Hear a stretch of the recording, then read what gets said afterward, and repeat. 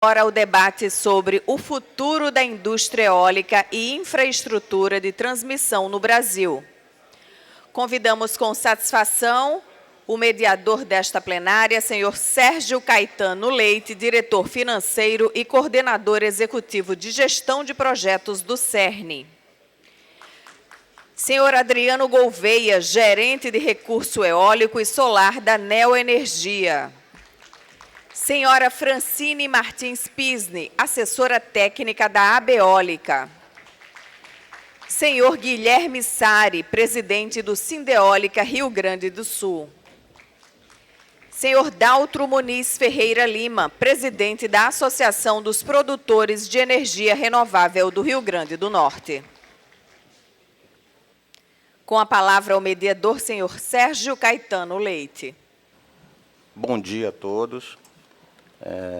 A metodologia que a gente vai usar no painel vai ser, eu vou fazer uma pequena introdução, em seguida os participantes vão fazer a apresentação ou se pronunciar. Ao final vão ser respondidas dúvidas, vocês podem encaminhar para o número do WhatsApp e nós vamos tentar que todas sejam respondidas. Às vezes se alonga muito tempo e é isso, essa é a metodologia que a gente vai seguir.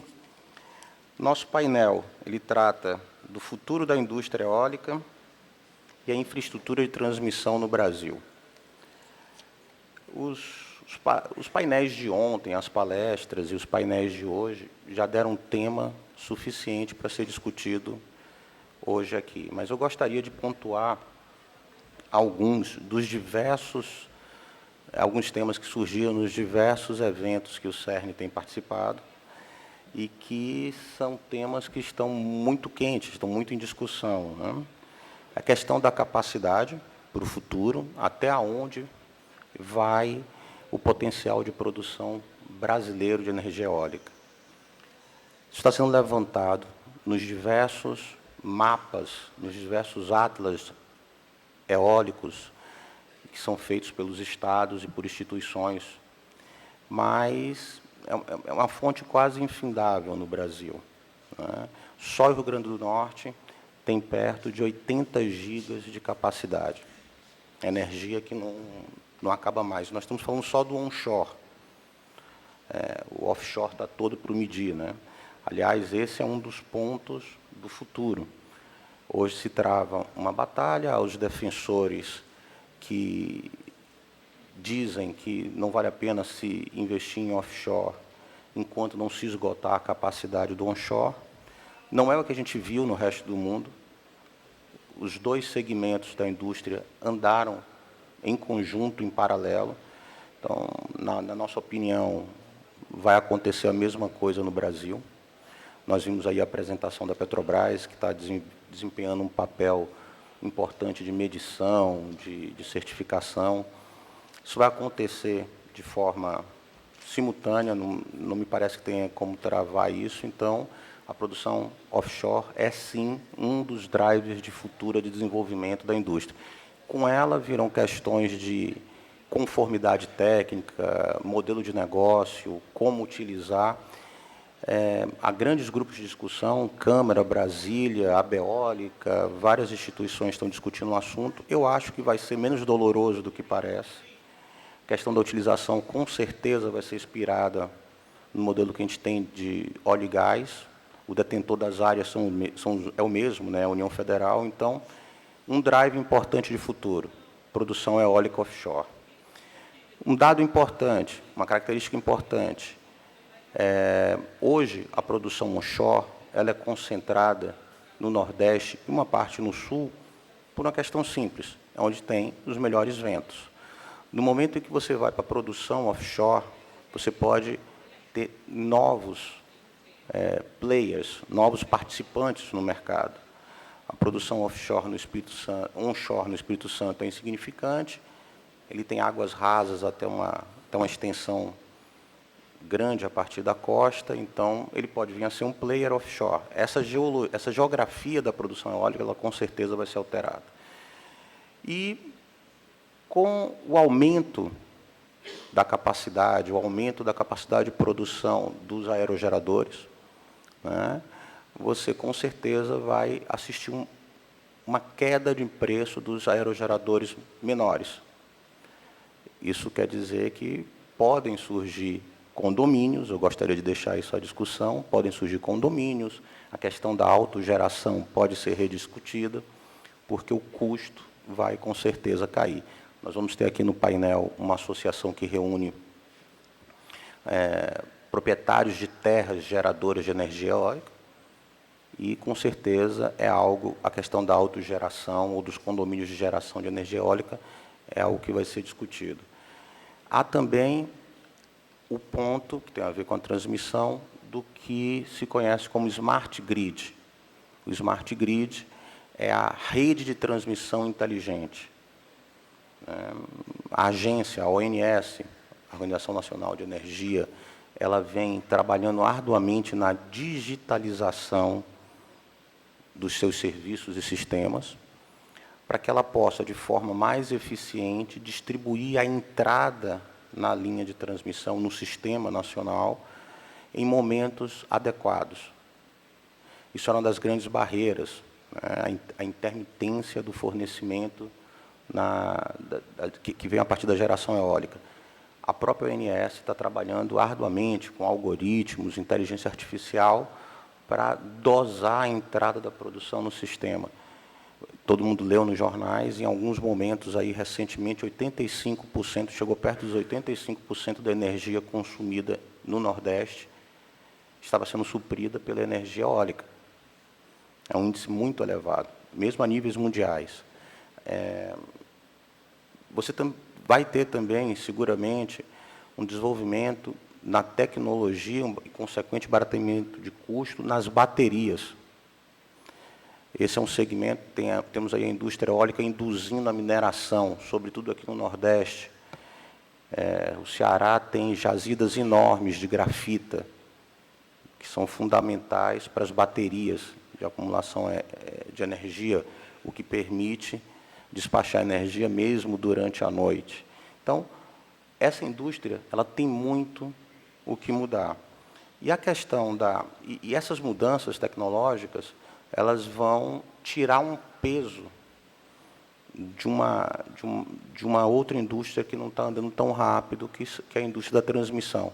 É necessário ligar, conectar as zonas produtoras, né? Isso está se andando, a gente espera para os próximos anos um choque de infraestrutura e, consequentemente, um choque positivo, e, consequentemente, a área de infraestrutura, a área da infraestrutura ligada à transmissão de energia vai avançar bastante, mas essas novas tecnologias, elas vão tirar alguma dependência de que as coisas andem em paralelo, transmissão e produção. São dependentes, mas a dependência vai cair na medida em que a gestão do fornecimento é mais inteligente, na medida que você tem o acúmulo nas baterias.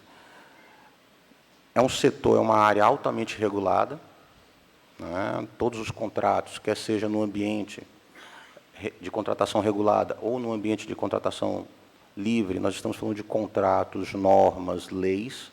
Então, é uma área que, para o futuro do setor de energia eólica, nós vamos assistir grandes avanços, né? Já temos uma massa crítica o suficiente para que esses avanços aconteçam de forma mais rápida do que no passado. Então, é disso que o painel vai tratar, né? A estrutura do setor de energia eólica e a sua ligação com a linha de transmissão e os drivers para o futuro. Eu vou passar agora a palavra para o senhor Adriano Gouveia. Ele é gerente de recurso eólico e solar da Neoenergia. Primeiramente, boa tarde a todos. Realmente é um prazer estar aqui no 11º Fórum Eólico, ver uma plateia grande e ver um evento cada vez, ano a ano, evoluindo, aumentando as discussões. E quero agradecer também pelo convite, né? Bem, o painel é sobre o futuro da energia eólica, né? A gente vai falar também sobre a questão da transmissão. Mas antes de falar de futuro, eu queria trazer algumas reflexões sobre o passado, né? Sobre o momento que a gente está hoje e o que a gente espera do futuro. Então, para a gente falar de futuro, é importante entender o passado, né? E saber o que a gente está hoje, para poder realmente ter uma preposição de futuro um pouco mais assertiva. Então, ontem a gente comentou aqui, né, que o primeiro leilão de energia eólica foi em 2009. Então, estamos há 10 anos com leilões regulares de energia eólica. Isso aqui é um informe da EPE, datado de 14 de dezembro de 2009, dizendo: o primeiro leilão de energia eólica no país viabiliza quase 2 gigawatts. Passaram-se 10 anos. E só um parêntese aqui em relação ao que foi comentado anteriormente sobre offshore. Nessa época, quem viveu essa época sabe que o setor era visto como: o Brasil não precisa de energia eólica é cara. E essa mesma sensação está sendo hoje para quem fala de offshore. Então, há 10 anos, o setor eólico sofria bullying do mercado em si, do setor elétrico, né? E hoje, quem fala de offshore passa pelo mesmo bullying. Então, em 10 anos, a energia eólica teve uma trajetória assim, surpreendente, né? Energia eólica onshore.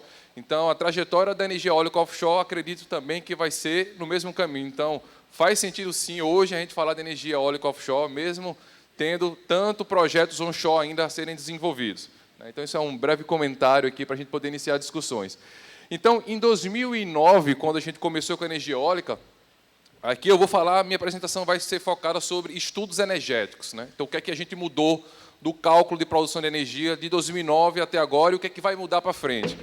O cálculo de energia é um fator super importante para ver a viabilidade de um projeto. Então, um projeto ele precisa receber a receita que vai viabilizar financeiramente o projeto é quanto ele vai receber de receita. E essa receita você só vai saber quando você gerar. Mas a gente precisa estimar quanto de produção esse parque eólico vai ter para você verificar se é um projeto viável ou não. Então, um projeto que é feito de maneira não muito assertiva, você vai levar números de energia, que vai rodar um modelo financeiro e que, no final, esse projeto pode trazer prejuízo ao investidor. Então, o cálculo de energia é um fator super importante para avaliar a viabilidade de um projeto eólico. Então, em 2009, quando começou, o cálculo da garantia física, que é o quanto de energia esse projeto vai entregar, ele era feito com uma variável do P50. P50 é um número que você não leva em conta todas as incertezas do processo. É um número que você tem 50% de chance de ser atingido ou superado. E, nessa época, usava-se bastante modelos lineares de vento, né? Então, aqui, esse símbolozinho aqui azul é um símbolo de um software muito utilizado em 2009. Era um software que ele via, se você vê a setinha para cima, ali é um anemômetro, que mede o vento. E a setinha para baixo é uma turbina. Então, o software ele funcionava de maneira exatamente linear. Ele pegava no ponto da medição, via o que tinha em volta da torre de interferência, de rugosidade, de topografia, e tirava essas interferências no vento, e levava um vento para uma situação que não tinha interferência, descia o vento no ponto de cada aerogerador, e você colocava, naquele momento, as interferências no ponto do aerogerador. Então, se um aerogerador está no lugar mais alto do que outro, o modelo tendia a enxergar que naquele lugar mais alto ia ter mais vento. E nem necessariamente é assim. Então, os modelos lineares de vento eles funcionam por um lugar plano, por uma estabilidade atmosférica sem muitas mudanças. E foi assim que a gente começou. E, nessa época, eram exigidos 12 meses de medição. E a gente coloca ali pouca representatividade das medições, é que, para participar do leilão, você tem que ter uma torre de medição num raio de 10 km para um terreno plano ou 6 km para um terreno complexo. Então, você entendia que, num raio de 10 km, uma torre era suficiente para representar bem um recurso eólico. E a gente começou a fazer projeto assim, né? Só que verificamos que isso não era legal, não era suficiente. E aí a gente evoluiu nos critérios de cálculo de energia. E a partir de 2013, foi levado em conta o P90, que é um cálculo com a probabilidade de chegar naquele valor ou superar de 90%.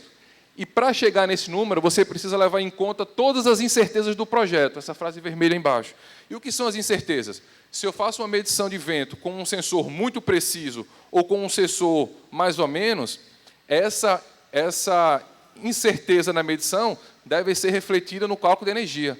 Se eu coloco uma torre num raio de 10 km, ou se eu coloco 10 torres nesse mesmo raio de 10 km, dentro do raio de 10 km, coloco várias torres, a minha representatividade das medições é maior.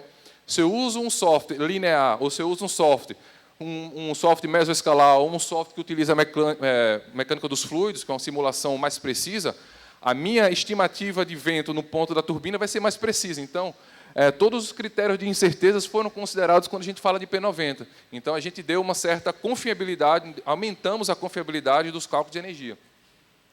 E o tempo de medição também mudou. De 2011 foi para 24 meses e, a partir de 2017, foram 36 meses de medição.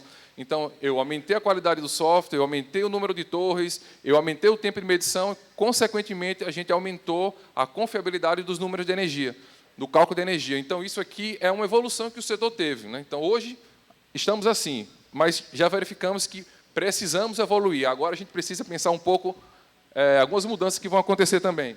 Antes disso, a gente também passou por algumas mudanças do tipo de contratação de energia eólica.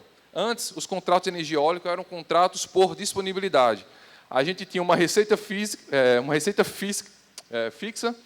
e a garantia física, né, elas tinham revisões inicialmente quadrienais, depois com base anual. Então, você precisava acertar a energia no ano. Então, um mês eu poderia produzir mais, outro mês poderia produzir menos, e isso poderia compensar com base anual. Era um modelo muito confortável para o empreendedor eólico, porque a gente não tem como controlar essa mudança do vento mês a mês. Mas, a partir do ano passado, os contratos passaram a ser da modalidade quantidade. E o que é isso? Você tem uma receita variável e que depende da sua produção mês a mês. Você se compromete, você tem aqui a curva do seu contrato, essa curva preta, e a minha produção ela pode ser diferente dela mês a mês. Então, os meses que eu estou acima, eu recebo essa diferença pelo PLD, e os meses que eu produzi abaixo do meu contrato, eu preciso pagar. Então, eu aumentei o meu grau de risco, porque antes eu me comprometia com energia no ano, agora a gente se compromete com energia mensal.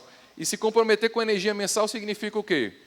Colocar mais risco para o empreendedor. E se o empreendedor vai assumir mais risco, o que é que ele precisa fazer? Ele precisa ter estudos energéticos mais detalhados. Então, aqui a gente vai para uma outra evolução que a gente vem caminhando com essa experiência do setor eólico. A gente começou com P90, fomos para P90, melhoramos as formas de calcular a energia, e agora precisamos ser mais assertivos com a energia mensalmente. Essa energia mensalmente, como é que a gente pode prever isso? Então, existem várias metodologias de como você consegue estimar a produção mensal de um parque eólico no horizonte de 20 anos. Então, aqui, por exemplo, tem aqui um dado de um satélite. Existem alguns satélites que têm resultados diferentes entre si. Se você vê, esse aí eu coloquei 20 anos de uma fonte de satélite. Não tem nenhum ano igual ao outro. Então, como é que vamos comprometer a energia mensalmente, fazer um contrato de 20 anos, se não tem nenhum ano igual ao outro? Então, a gente precisa assumir algumas coisas. Vamos assumir um ano mais restritivo, vamos assumir um valor médio e considerar no modelo financeiro o que você pode pagar, o que você tem a receber com PLD. Então, é importante definir critérios para a sazonalização da produção. Então, isso aqui é uma evolução do setor cada vez mais buscando assertividade nos cálculos. Então, ali tem 20 anos e a curva tracejada, não sei se dá para enxergar bem, é a média desses 20 anos. Mas, se eu comparar a média dos 20 anos com uma torre de medição, que hoje, para participar do leilão, preciso ter 3 anos de medição, essa sazonalização não é a mesma. Então, qual é o critério que a gente vai usar? Então, a experiência das empresas evoluíram bastante em relação a isso. Então, isso aqui é uma decisão que as empresas, as certificadoras de energia, precisam cada vez mais discutir e melhorar os procedimentos de cálculo de energia, porque agora eu estou assumindo um risco de produção de energia mês a mês. E é óbvio que em 20 anos eu vou produzir algum mês acima, algum mês abaixo, porque a energia mensal em 20 anos não vai ser a mesma. E como é que isso vai impactar no meu modelo financeiro do projeto? Isso é a grande sacada. É como é que a gente vai considerar essas mudanças de evento mês a mês nos 20 anos no modelo financeiro, porque se você colocar uma energia que você sempre vai estar produzindo, você vai estar menos risco, mas você vai estar vendendo menos energia. Eu posso vender mais energia no leilão, assumir mais risco e colocar isso no modelo financeiro. Então, o cálculo de produção de energia precisa estar muito bem alinhado com quem está rodando os modelos financeiros dos projetos. Então, isso aqui é onde a gente está hoje, né? Hoje é esse momento da questão da sazonalização. A partir de 2018, os leilões passaram a ser assim. Mas o que está por vir agora? Vamos falar um pouco mais do futuro, exatamente, que é o tema do painel. O setor está discutindo muito a questão do preço horário, né, do PLD horário. E de que forma isso vai impactar nos estudos de energia? O PLD horário vai exigir que os projetos tenham que as empresas tenham um entendimento também do que chama de modulação, que é como a energia do parque está dividida hora a hora, todos os dias do ano. Então, isso aqui é uma tabela ilustrativa que acho que não dá para ver bem aqui, mas nessa coluna aqui são horas, tem 24 linhas, e na coluna horizontal são os meses. Então, como é que a energia do parque está distribuída hora a hora, se você tomar um dia médio, um dia representativo de cada mês, então, e assumir que isso não vai mudar tanto de um dia para o outro no mês. Então, como é que a energia se divide por hora a hora, mês a mês. Então, isso é mais uma assertividade que os estudos precisam evoluir, e é uma evolução que o setor está demandando. E aqui, por exemplo, é uma curva média da modulação de energia. Então, isso representa uma curva ao longo do ano de um projeto eólico. Então, eu preciso entender quais são as horas que eu tenho mais produção eólica, quais são as horas que eu tenho menos produção eólica. Por quê? Porque o preço, o PLD, o preço da liquidação da diferença, vai ser com base horária. Então, se eu tenho um projeto que essa curva ela não coincide, por exemplo, com... Se a minha produção eólica mais alta não coincide com uma curva do PLD mais alto, eu preciso mensurar isso no meu modelo financeiro. Eu falei, olha, a minha probabilidade, a minha maior produção vai ser nos momentos que o PLD está baixo. Então, como é que eu vou quantificar isso no meu projeto? Então, conhecer a modulação do projeto, a modulação da energia, hoje também não tem um critério definido de como isso deve ser feito. E isso é uma evolução que o setor precisa fazer, as empresas, as certificadoras, todo mundo discute qual é a melhor forma de se definir a modulação de energia de um projeto eólico. Porque o vento é você não consegue controlar o vento, mas você precisa estimar um comportamento que você vai assumir como que você tem que considerar no projeto. E esse cálculo da modulação, esse conhecimento da produção horária dos projetos, leva a uma outra discussão. Por exemplo, se a gente olhar para aquela curva ali, né, aqui. Nesse momento aqui, né, eu imagino que eu tenho a minha linha de transmissão, a minha subestação, toda a minha infraestrutura elétrica projetada para a potência nominal do projeto. Né? Hoje, para você conectar um projeto, você precisa ter lá o MUST contratado pela sua potência nominal.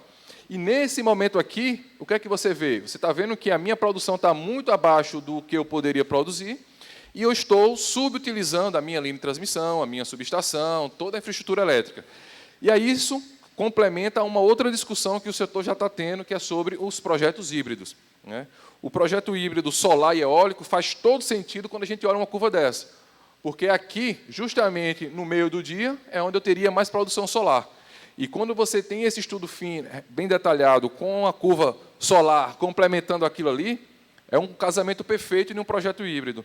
E o projeto híbrido é um assunto que vai acontecer. Aqui eu coloquei, nos últimos 3 anos, né, a EPE publicou 3 notas técnicas falando sobre projetos híbridos. Então, a EPE, Empresa de Pesquisa Energética, nos últimos 3 anos, publicou documentos sobre projetos híbridos. Esse ano, a ANEEL já lançou uma consulta pública também para falar sobre projetos híbridos. Então, projetos híbridos vai acontecer. Né? Isso é... O setor está caminhando para isso.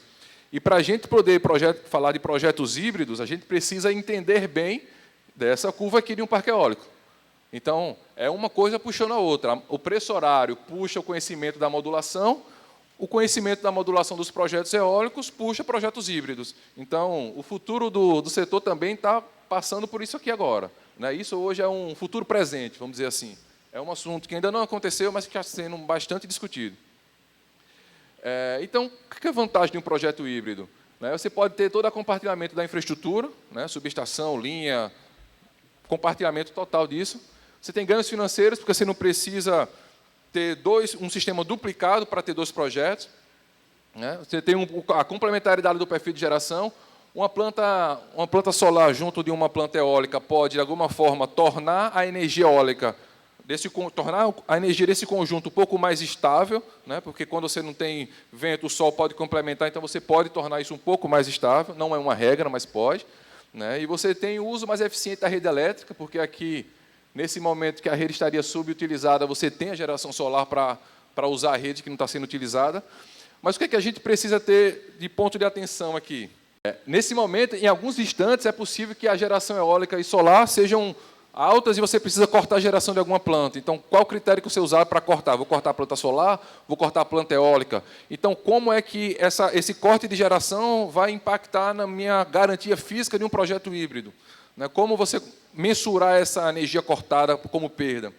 Né? Qual é a garantia física de um projeto híbrido? Isso é uma outra discussão. A energia solar hoje está com P50, a energia eólica está com P90. Um projeto híbrido, qual é o P que a gente vai usar? Isso são pontos de atenção.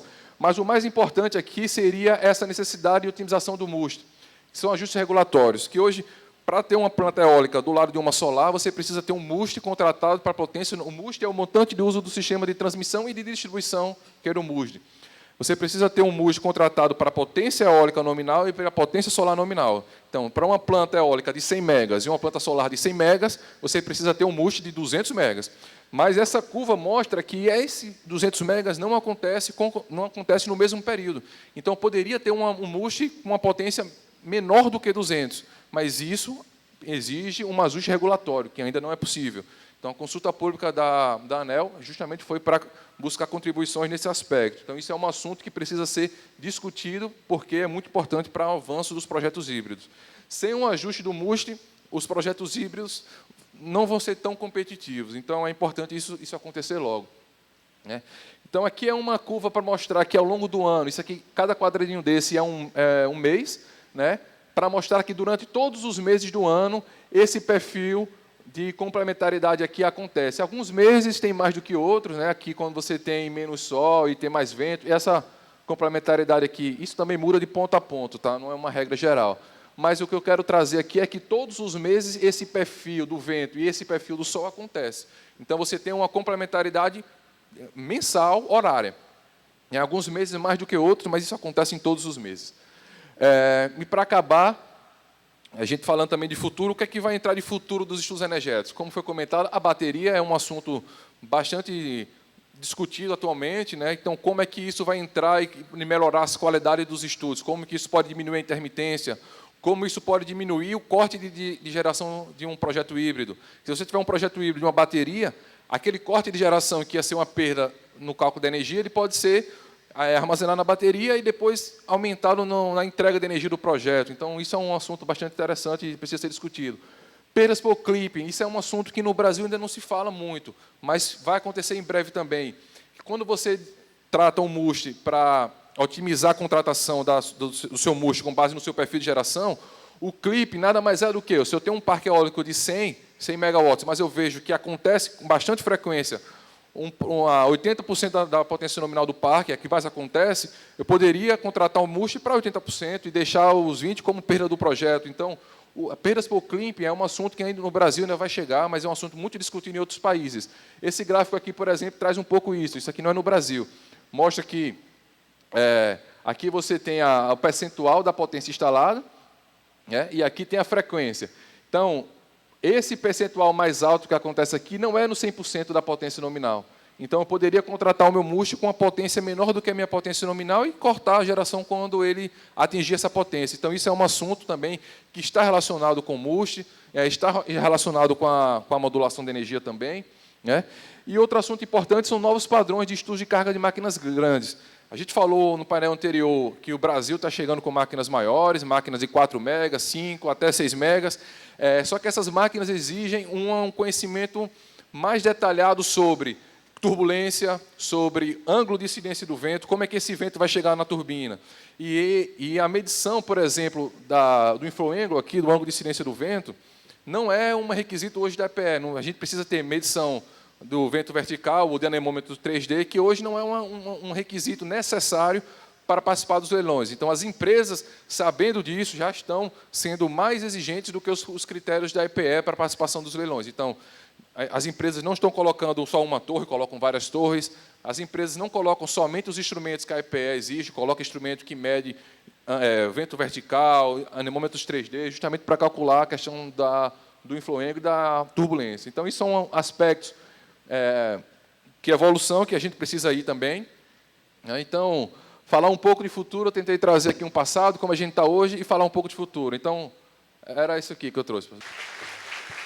Bom, a questão das dúvidas que estão entrando, nós vamos direcioná-las para cada palestrante, cada participante, no final, para tentar cumprir o tempo. Então, nós estamos recebendo algumas aqui que já vão ser direcionadas para o final. Eu leio as dúvidas e o pessoal responde. Agora vamos passar a fala da senhora Francine Martins Piscini, já esteve aqui no quadro anterior e é representante, assessora técnica da Beólica. Acho que podiam ter pelo menos mesclado o painel, né? Vocês ficam olhando para a minha cara 2 painéis seguidos. Os prometo que eu vou tentar trazer aqui um pouquinho de assuntos diferentes, apesar de alguns slides terem a mesma carinha, mas a gente vai buscar assuntos diferentes. Então, para começar, uma linha do tempo da energia eólica, a gente já muito falou aqui, desde ontem também, primeira iniciativa lá em 1992, ou seja, já há quase 20 anos da primeira iniciativa. Desde então, vários mecanismos, Proinfa, início dos leilões. Mas o que eu queria destacar nesse slide dessa vez? A gente teve ali em 2009, no primeiro leilão, dentro dos contratos, no que se refere à transmissão, o que a gente chama de famosa cláusula 5.12, que ela garantia para os investidores que você não tinha riscos em relação à transmissão. Então, como um dos tópicos aqui abordados é a transmissão, é interessante também fazer essa linha do tempo de como que mudou e como que a eólica evoluiu e amadureceu em relação à transmissão. Então, lá, a gente teve vários casos de que os projetos eólicos ficaram prontos numa velocidade adequada, na velocidade que o leilão pedia. No entanto, as linhas de transmissão não, porque aqui no Nordeste, onde tem a maior incidência dos parques eólicos, também não tinha uma infraestrutura de transmissão tão preparada. E aí a gente teve caso até de passar em Fantástico, que tinha lá vários parques parados, consumidor pagando por isso. E, de fato, isso aconteceu, mas era uma regra contratual. Lá em 2013, essa regra não mais existiu. Se entendeu quais eram os prazos de eólica versus os prazos de transmissão. A eólica ficou responsável por produzir a sua energia aonde teria linha de transmissão. Então, você teve até a criação de um leilão que tem uma fase inicial que ela proíbe que os parques eólicos que não tenham um potencial de escoamento participem daquele leilão. Então, você só vai ter uma energia onde você tiver também essa transmissão. Isso por mais curto prazo. Quando a gente fala de longo prazo, aí sim você tem os prazos tanto de transmissão quanto de geração concatenado. Isso motivou com que a Beólica, inclusive, colocasse dentro das suas prioridades estratégicas de trabalho desse ano ainda, transmissão, porque a gente ainda precisa melhorar essa infraestrutura. A eólica hoje ela corresponde aqui à segunda fonte da matriz, com 15 gigawatts, cerca de 10% de representatividade, e tudo isso está distribuído, como a gente já viu anteriormente, a maioria no Nordeste, um pouco no Sul, mas a maioria no Nordeste.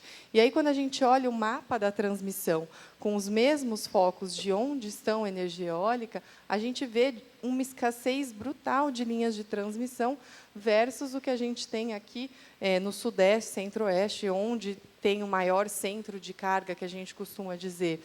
Então, a nossa intenção é de que a gente já sabe que tem um potencial grande, a energia eólica continua e permanece crescendo, então a gente sempre dá foco para que sejam licitadas novas linhas de transmissão.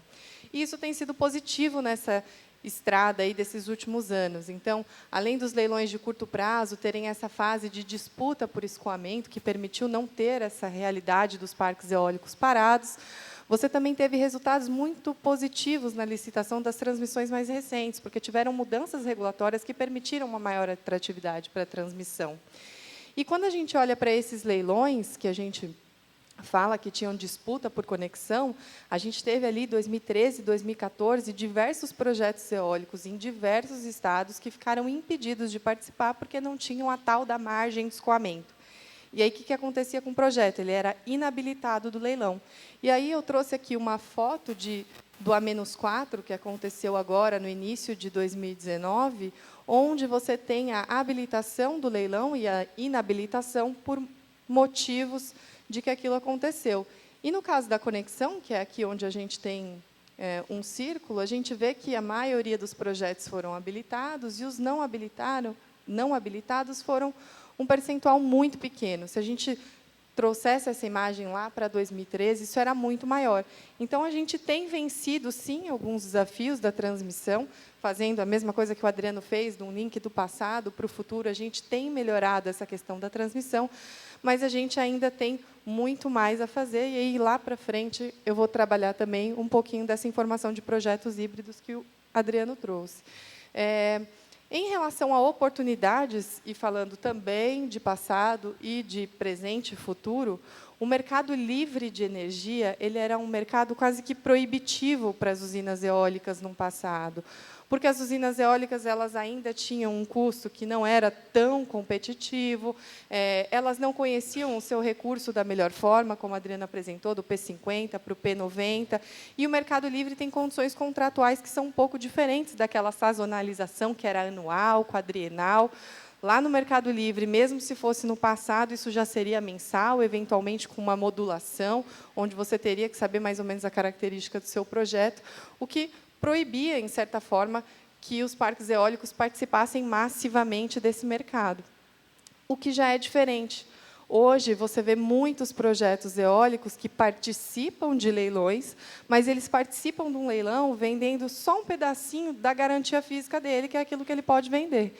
Então, se a gente olha para a realidade também desse último A-4 que aconteceu, foram 3 projetos eólicos comercializados. Aqui está exposta a garantia física dele, e aqui mostra qual foi o percentual da garantia física vendida no leilão e o que ficou disponível. Então, só 30% da garantia física dos projetos foram vendidas em leilões. Isso também devido a uma mudança regulatória que aconteceu nos últimos anos. Os leilões antes eles tinham obrigatoriedade de contratar 70%, e agora esses 70% viraram 30%, e esses 70% ficam disponíveis, tanto para negociação em outros leilões, mas é uma oportunidade grande no ACL. E a gente tem visto muito investidor viabilizando um complexo grande de projetos com esse percentual que fica aqui disponível, então, para comercialização no Mercado Livre. Claro, além dos projetos sozinhos no Mercado Livre também. Aqui, só para fins de previsibilidade de futuro, agora a gente tem uma agenda de leilões, isso é muito importante. A gente falou no offshore que seria importante incluir a previsibilidade desses projetos dentro de um plano decenal, e aqui a gente tem um plano de leilões, o que mostra o sinal de investimento de longo prazo. A gente já tem leilões marcados, mais um para esse ano, que é o dia 17 de outubro, a -6, mas também já tem mais 2 leilões para 2020 e 2 leilões para 2021. Claro, a gente não sabe aqui quais serão os projetos que vão participar de cada licitação, mas a gente tem um indicativo de contratação, se houver demanda, com previsibilidade, para que os investidores possam se preparar com seus projetos. Aqui apenas algumas características dos leilões. Para o próximo, a -6, a gente vai ter uma participação da fonte eólica também. E trazendo aqui os números de cadastramento. São mais de 25 gigawatts cadastrados nesse leilão. Isso significa o quê? A gente tem 15 de potência instalada, a gente vai chegar até 20 em 2023, por aqueles dados que a gente viu do que já foi contratado, e a gente tem mais 25 em carteira. Ou seja, a gente já tem em carteira muito mais do que a gente vai ter instalado até 2023. A gente tem muito projeto, e muito projeto bom, que está aí para participar do leilão, para participar do Mercado Livre e para vencer esses novos desafios que a gente vai ter aí para o futuro. Só aqui no Rio Grande do Norte são 6 gigawatts, de 25% do total que foi cadastrado no leilão. Aqui o PDE, que traz os nossos sinais de investimento de longo prazo, como eu falei, então, é positivo para o cenário eólico, mostra que a gente tem muito trabalho pela frente, que a gente deve continuar investindo em todas essas inovações e estudos para o setor eólico, porque ele indica, até 2027, mais 10 gigawatts de energia eólica contratada e instalada aqui no Brasil. Interessante que ele traz também aqui uma discussão que a gente já falou, uma necessidade de tecnologias de armazenamento. Então, a partir de 2022, mas mais expressivamente aqui em 2024, massivamente tecnologias de armazenamento serão necessárias para adaptar a operação do nosso sistema, que teve uma mudança muito grande. Antes ele era hidrotérmico, então muito bem previsível, agora o que a gente gosta de chamar de renovável térmico, com a inserção das hídricas, mas também das eólicas, das solares, PCHs e biomassa. Operando a variabilidade. Então, com essas usinas que a gente chama de recurso variável, muitos falam intermitentes, a gente tem uma necessidade de entender o que é essa variabilidade e aí caminhar para essas inovações para poder operar o sistema da melhor forma. Algumas das questões que a gente tem aqui, fomos agraciados com vários recursos, não só eólicos, não só o eólico. Então, a complementariedade desses sistemas é uma realidade e a gente deve usar. A gente abordou, o Adriano falou um pouquinho de eólica e solar, mas a gente tem eólica com biomassa e com solar, a gente tem principalmente a sazonalidade reversa de eólicas e hídricas, e até das próprias eólicas, porque a gente tem recursos diferentes nos determinados estados. Então, em algum estado, a gente tem maior geração na madrugada, em outros, a gente tem uma maior geração durante o dia. E aí, para a gente operar essa variabilidade, a gente pode ter o armazenamento, mas a gente pode ter o sistema interligado nacional. E aí, mais uma vez, a transmissão nos ajudando com essa mudança do recurso de para onde ele vai. E os sistemas tecnológicos, claro que a gente precisa investir nessas inovações. E aí, mais uma vez, os projetos híbridos que o Adriano trouxe um pouquinho aqui, é a mesma figura, mas aqui com a diferença que a gente traz também a soma. Então, você tem a geração eólica numa curvinha azul e a geração solar na amarelinha, e aqui embaixo você tem a soma das duas, o que a gente chama de planificação da curva, que nos permite um recurso muito mais estável, que dá várias características positivas para um novo projeto. A venda no Mercado Livre, como a gente comentou, por exemplo, é uma delas. Você vai ter um recurso mais estável para a venda. E o principal e o ponto mais interessante que a gente tem tentado trabalhar e que a Beólica contribuiu na consulta pública da ANEEL, que o Adriano colocou, através da realização de um estudo que a gente fez junto à Beólica, à Absolar e à Pine, é sobre a contratação desse MUST. Hoje, a nossa linha de transmissão ela acaba ficando ociosa, porque, como o recurso é variável, eu não estou todo o tempo usando a linha.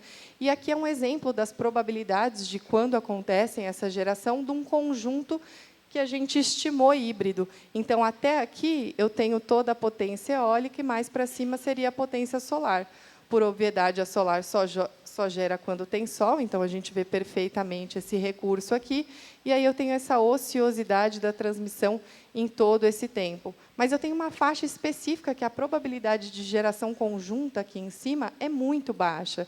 Então, isso poderia me representar uma economia dos encargos de uso do sistema de transmissão, deixando o meu projeto mais competitivo, que foi o que o Adriano comentou também, né? E aí, essa pouca representatividade aqui também pode gerar os famosos curtailments, os cortes de geração, que a gente tem que ver como que a gente vai enquadrar isso dentro da regulamentação, está tudo sendo estudado. Só para deixar registrado, sempre os benefícios sociais e ambientais que são intrínsecos à geração de energia eólica.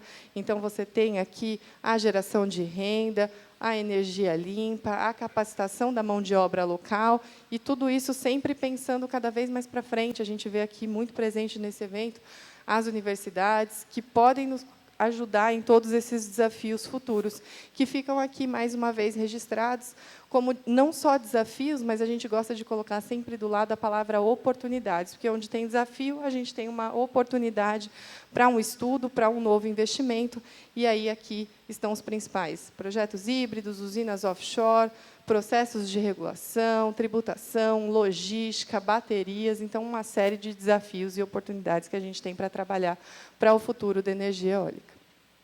Obrigada. Obrigado a Francine, de fato, são vários painéis que ela participa, né?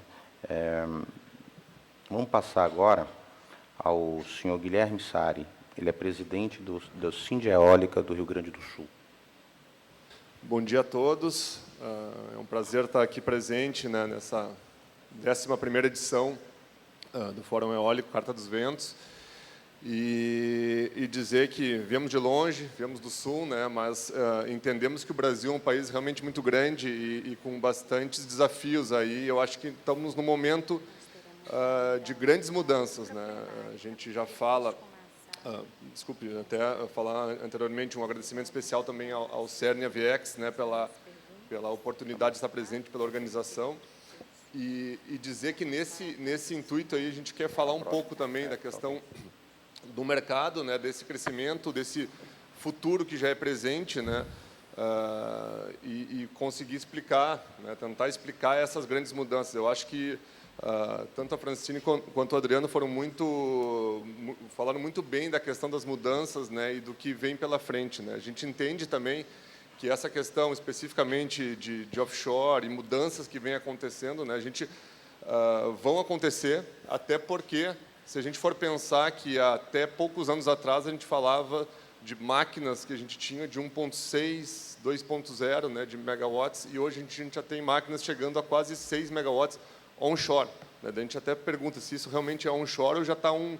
onshore, offshore em terra, realmente, né. É uma mudança bastante grande. Bom, falando um pouco só da nossa entidade, ela é uma entidade no Sul, né, a gente tem um caráter aí de multidisciplinaridade de empresas, né, que vão desde desenvolvedores, geradores, né, e prestadores de serviço, especificamente, né, tá? Há uma atuação muito específica, né, a gente, como a energia eólica, ela tem muito esse caráter do Nordeste, né, da região Nordeste e no Sul, né, que basicamente o Sul representaria mais esse potencial eólico, um pouco também Santa Catarina, mas o Sul que tem um pouco mais é um pouco mais agraciado com a questão eólica, né? Temos ações específicas que a gente faz, e uma que eu gostaria de destacar especificamente é a questão do zoneamento eólico que a gente vem desenvolvendo, né, como uma frente aí bastante forte aí para mostrar potencialidades de cada região e conseguir fazer com que facilite o processo todo de trabalho, tanto na questão das licenças como no desenvolvimento de projetos eólicos lá no Rio Grande do Sul. Tá? Aqui um pouco só das potencialidades do Sul, né? A metade sul é a região mais agraciada pela questão vento, também é a região que mais precisa, então é uma questão interessante, né? Essa questão. Hoje a gente tem mais de 30 gigawatts em desenvolvimento, então eu acho que, né, claro, em diferentes fases, algumas coisas começando, né, e 7 gigawatts, que depois eu vou mostrar, em fase de licenciamento, para mostrar que o crescimento da eólica ele é muito grande, se no Nordeste, que já demanda aí 80%, 85% de todo o mercado eólico, tem muito mais do que isso, e o Rio Grande do Sul apresenta já números bastante expressivos nesse sentido. Questões offshore, também discussão que foi feita, né, não quero entrar muito no mérito, mas só falar um pouco da questão específica, que a gente tem uma situação de lagoa, se a gente for colocar especificamente naquela região do meio ali, que temos ali um potencial, a gente fala offshore de lagoas, né, de águas internas, aí de 24 gigawatts para serem exploradas, né. Águas menos salobras, proximidade da infraestrutura de conexão, e também um calado, muitas vezes, mais baixo, né? Em alguns casos, baixo demais. Então, a gente tem também que explorar essa questão específica dessa natureza. Bom, aqui também só para colocar onde é que está situada a maioria dos projetos, né, do Rio Grande do Sul. Né? Hoje, a gente tem uma transmissão, um escoamento aí de mais de 5 GB em construção, né? O Rio Grande do Sul ficou muito tempo fora desse mercado por causa da questão do escoamento, da conexão das margens, né, a gente sempre era inabilitado, né, um ponto que até a Francine colocou, né, a questão da habilitação dos projetos, né, depois, a partir de 2013, quando tinha essa necessidade de trabalhar junto à conexão, o Rio Grande do Sul sempre ficou muito fora desse processo. Hoje, tá, já existe todo um trabalho de transmissão nesse sentido, e está sendo realizado já com cronograma de obras para uma exploração aí de mais de 5 gigawatts de energia. O Rio Grande do Sul também tem hoje 1,8 gigawatts de potência instalada, né? A gente fala que está no top 5, aí, né? Nos 5 maiores estados de energia eólica, né? Ocupa ainda a 4ª posição, né? 5% da matriz eólica é do submercado sul, então tem uma alta oportunidade de crescimento, né? É baixo ainda, né, se a gente colocar no submercado como um todo, né? E um ponto importante é, quando a gente fala de mercado livre, da questão também né, o mercado livre do ACL, é a questão do PLD, de preços diferenciados para esse tipo de energia. Então, o Rio Grande do Sul hoje se coloca numa condição de que mercado livre, autoprodução, ou mesmo uma autonomia regional de leilão pode fazer com que tenham preços diferenciados. né? Aí a questão da infraestrutura de conexão, eu acho que foi bem já detalhado, né? Então, onde se situa o Rio Grande do Sul nessa infraestrutura, ele está dentro do centro de carga, isso é um ponto importante também e a ser explorado, né? E aonde estão as grandes reservas ali de grandes projetos de hidrelétrica, longe do centro de conexão, aí, do centro de carga, né? E também uma exploração aí que pode ser usada ainda muito agora com essa nova aproximação da questão Mercosul. Podemos estar explorando os mercados um pouco mais uruguai e também argentinos, né? Tudo depende de questões políticas, né? Não é uma questão tão simples assim, mas são mercados de oportunidade para o Sul. Bom, aqui é só um pouco do ambiente regulatório, eu acho que mostrar um pouco esse eletrocardiograma que vem cada vez sendo mais baixo, né? Dos preços, né? Os preços começaram melhores aí, a gente vê hoje no mercado regulado onde eles estão parando e o porquê de muitas vezes essa questão também que foi colocada dos projetos eles apresentarem uma quantidade mínima de contratação no mercado regulado. É uma tendência aí de migração grande para o mercado de contratação livre. Tá? Então, faz sentido quando a gente vê essa curva aí de preços aí nesse mercado. Tá? Bom, eu quero falar um pouco assim, então, aí saindo eu acho que já foi muito debatida a questão da transmissão, muito debatida a questão de outras frentes que eu quero trazer. Então, assim, bom, o que a gente tem aí de perspectivas, né? Ou uma mudança, né? Então vamos falar de momentos diferentes, né? Houve uma mudança do cenário político-econômico brasileiro, fato, né? A gente teve uma mudança de governo, uma mudança né, bastante grande, até ideológica nesse sentido, né? Que está trazendo hoje, né, novos cenários aí para o mercado brasileiro de energia também. Tá? Transmissão, questão de curto, médio e longo prazo. Também são coisas que a gente tem que estar trabalhando, né? A gente sabe hoje da necessidade do escoamento dessa energia. Muitas vezes a transmissão realmente não acompanha o crescimento dos projetos, né? Os projetos eles andam muito mais rapidamente do que a própria estrutura de transmissão, e esse é um ponto importante, porque a gente está agora também disputando linhas, disputando essa questão de onde conectar, né? Que a gente até fala, a gente brinca lá no Sul, né? A questão das tomadas, né? Onde estão as tomadas que a gente tem que conectar os nossos projetos, e isso vem acontecendo de uma forma bastante também competitiva em relação a isso. Então, a gente vê no mercado regulado, muitas vezes, projetos que colocam preços, às vezes, muito baixos, talvez por disputas, inclusive, da conexão, né? É um ponto de reflexão, é um ponto que a gente tem que fazer também uma análise, mas é uma realidade.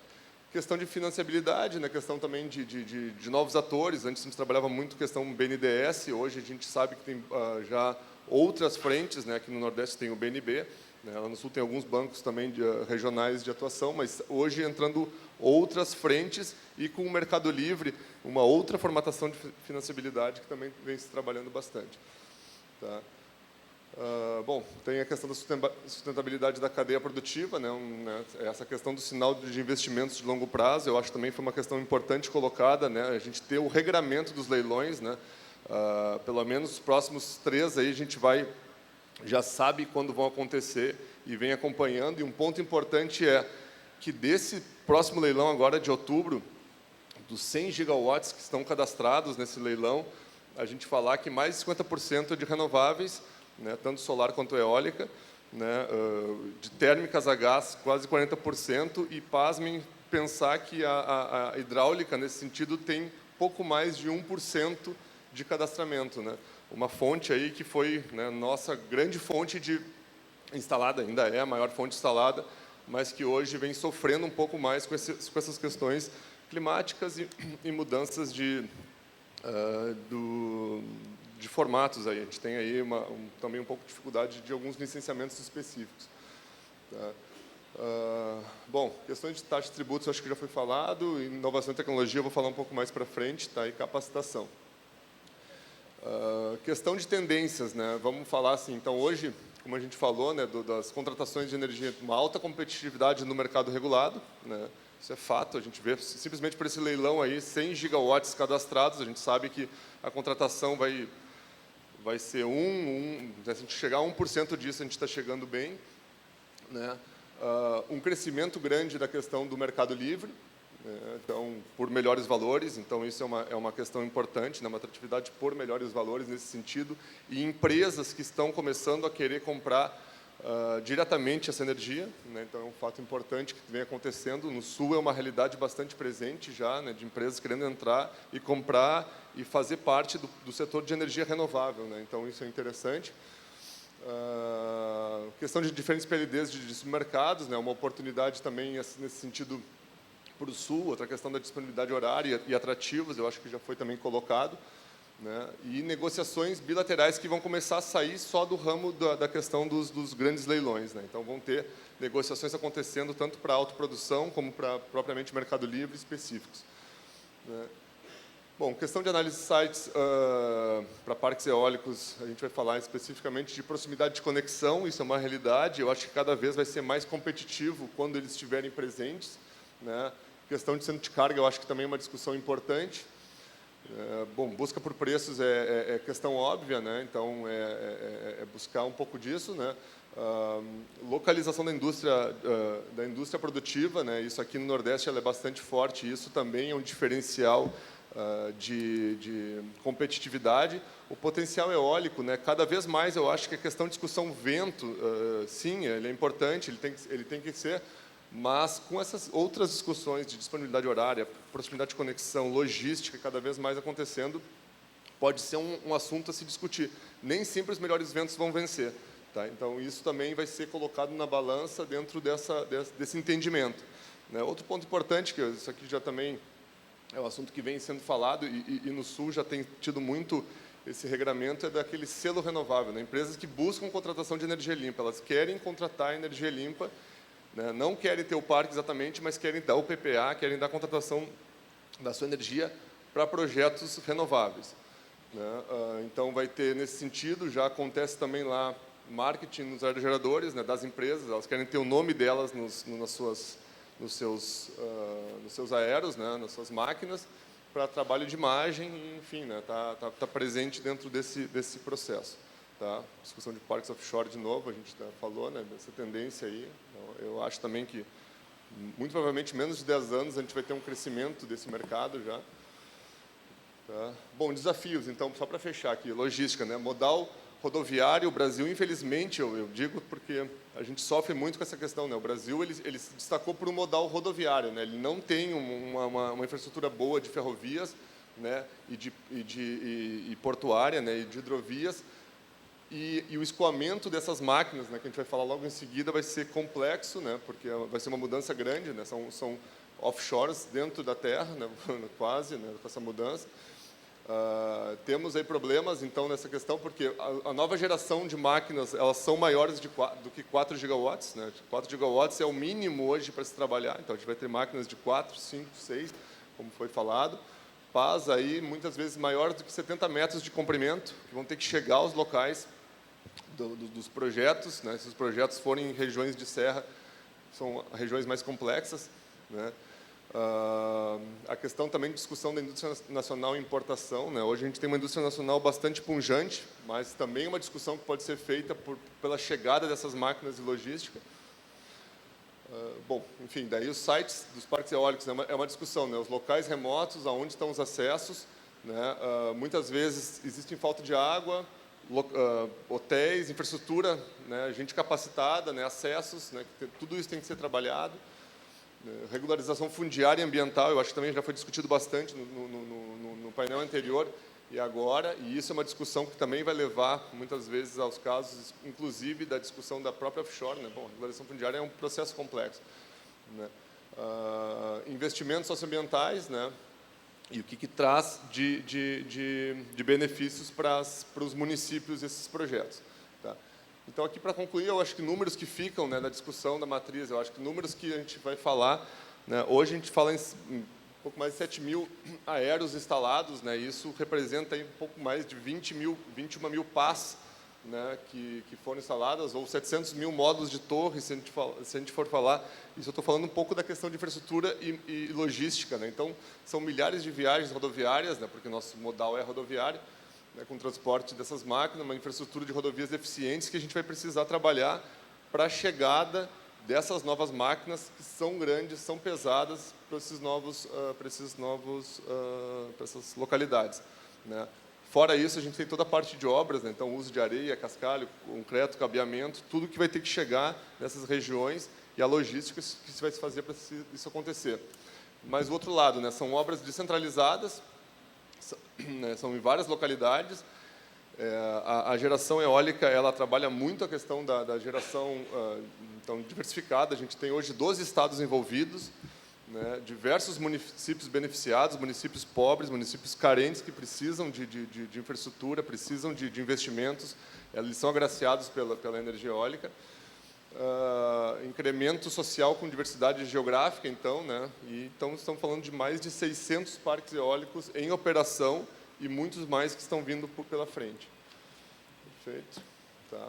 Aqui uma foto assim, só para a gente ilustrar aí alguns parques eólicos lá, esses são do Sul, né, mas a gente tem aí milhares de parques eólicos. Eu tive o prazer de visitar muitos aqui no Nordeste, que são lindos também, e é uma beleza que faz a gente continuar trabalhando nesse setor. Tá? Nosso muito obrigado. Foi a apresentação aí do Guilherme, Sari, e agora nós vamos seguir com a apresentação do senhor Daltro Muniz Ferreira Lima. Ele é presidente da APERN, Associação dos Produtores ou de Terras Produtoras de Energia do Rio Grande do Norte. Quero cumprimentar a todos os participantes desse 11º Fórum de Energia Eólica e quero agradecer, em nome dos proprietários de terra propícias para a produção de energia renováveis, eólica, solar, ao convite que nos honrou muito. E começamos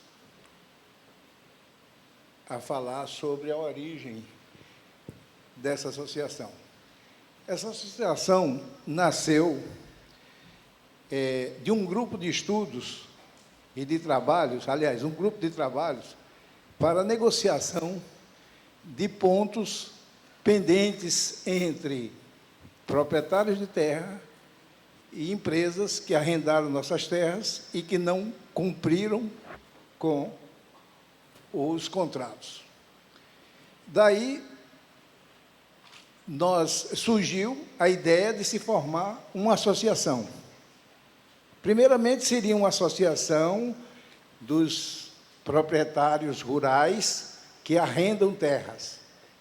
Mas, com o evoluir das conversas e dos desejos e dos anseios de cada proprietário, nós começamos a ver que existia outras finalidades que precisavam ser atingidas, como, por exemplo, energia solar, não só energia eólica, energia solar, biomassa, onde muitos dos produtores têm as 3 matrizes. A maioria tem 2 matrizes.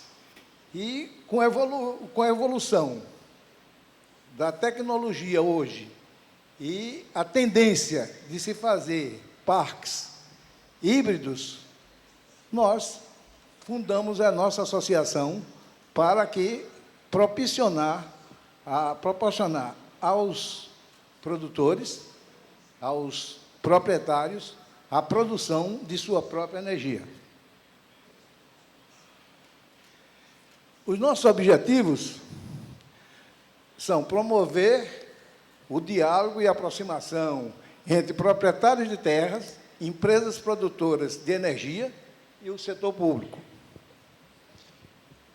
Promover a segurança jurídica para os envolvidos na produção de energia no Rio Grande do Norte, com especial atenção para a produção com base em fontes renováveis. E, com isso, nós podermos dar a segurança jurídica para aqueles que estão arrendando suas terras para as empresas. Nisso, nós temos uma assessoria jurídica com o escritório do Dr. Cleto Barreto, que é um dos maiores escritórios, os melhores escritórios do Brasil, que dá todo o apoio jurídico à nossa entidade. Inovar, apoiando a criação de novos modelos de negócios, novas formas de comercialização de energias renováveis. Porque hoje existe basicamente dois tipos: os leilões, que participam as grandes empresas, e o mercado livre. Mas existe, através de inovação tecnológica, muitas possibilidades de negócios, ambientes de negócios diferentes, modelos de negócios diferentes, como energia compartilhada com o consumidor final. Pode-se fazer uma produção com associação de vários produtores e pode-se também fazer um arrendamento parcial, por exemplo, no caso da energia solar e eólica, para que vários consumidores possam produzir junto conosco. A nossa abrangência, a abrangência da associação, é o Estado do Rio Grande do Norte. Agora, nós começamos e estamos presentes em Santo Tomé, Currais Novos, Acari, Barcelona e São Pedro do Potengi. Esses municípios já têm os associados que fundaram a associação, assim como a diretoria. Estamos abertos a todo o Estado, a todos aqueles que tenham terra para disponibilizar para arrendamento da produção de energia renovável. Já estamos em contato, o futuro já é hoje praticamente, com Bom Jesus, Senador Eloy de Souza, Cerro Corá, Lagoa Nova e São Paulo do Potengi, onde as pessoas já estão se associando. As ações em curso, nós estamos promovendo a filiação de novos associados, nós estamos catalogando as informações das áreas que são potencialmente produtoras, dando a localização, dando nome de proprietário e mostrando as potencialidades que a terra pode proporcionar para a produção de energia renovável. Vamos fazer parceria com o CERN, que o CERN tem um bom banco de dados, para que a gente possa, com os dados dos produtores de energia e dos proprietários e das terras, alimentar esse banco de dados para ele ficar ainda mais completo e proporcionar melhores negócios. E apresentar tudo isso que nós estamos fazendo aos interessados dos setores, que são as grandes empresas e os grandes investidores que aqui vêm. Os nossos próximos passos: fazer parceria com o Instituto Senai de Inovação para dar suporte à elaboração e atualização do Atlas dos Ventos do Rio Grande do Norte, que já existe. Agora, ele ainda está para ser ampliado e melhorado, porque, quando foi feito há mais de 10 anos atrás, se usou poucos pontos referenciais. E o atual que vai sair vai ser muito mais completo e vai dar muito mais oportunidade para que as empresas possam fazer uma análise melhor do que nós temos aqui no Rio Grande do Norte. Formar parcerias para dar suporte aos proprietários de terras produtores, por exemplo, assessoria jurídica, que nós temos um grande escritório de advocacia dando toda essa assessoria jurídica para dar tanto ao nosso proprietário rural a segurança jurídica, como também orientar no sentido da gente apresentar a documentação perfeita de toda a parte fundiária, para que quem venha arrendar as nossas terras tenha uma segurança fundiária confortável. Elaboração de uma minuta de modelo único de contrato de arrendamento de terras produtoras. uma frasezinha desse tamanho, mas um desafio gigantesco. Imagine os senhores o que é a gente adequar aquele produtor que tem 40 ou 50 hectares, juntamente com outro que tem 100, 200, 500, 5 mil ou 10 mil hectares, para que façamos uma minuta, um contrato igualitário, para que todos tenham a capacidade de receber igualmente pelo seu arrendamento. Eu quero agradecer, em primeiro lugar, aos meus colegas produtores e proprietários de terra, que, num esforço muito grande, nós conseguimos fundar essa associação.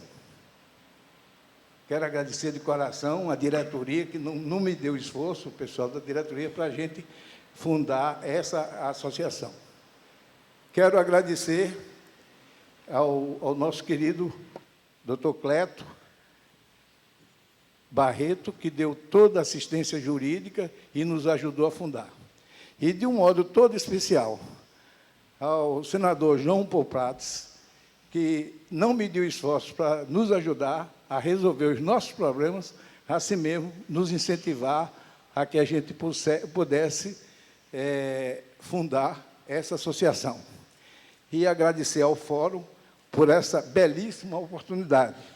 E quero fazer um convite aqui aos empreendedores e empresas do Brasil e fora delas, para que venham ao Rio Grande do Norte. Aqui nós temos os melhores ventos.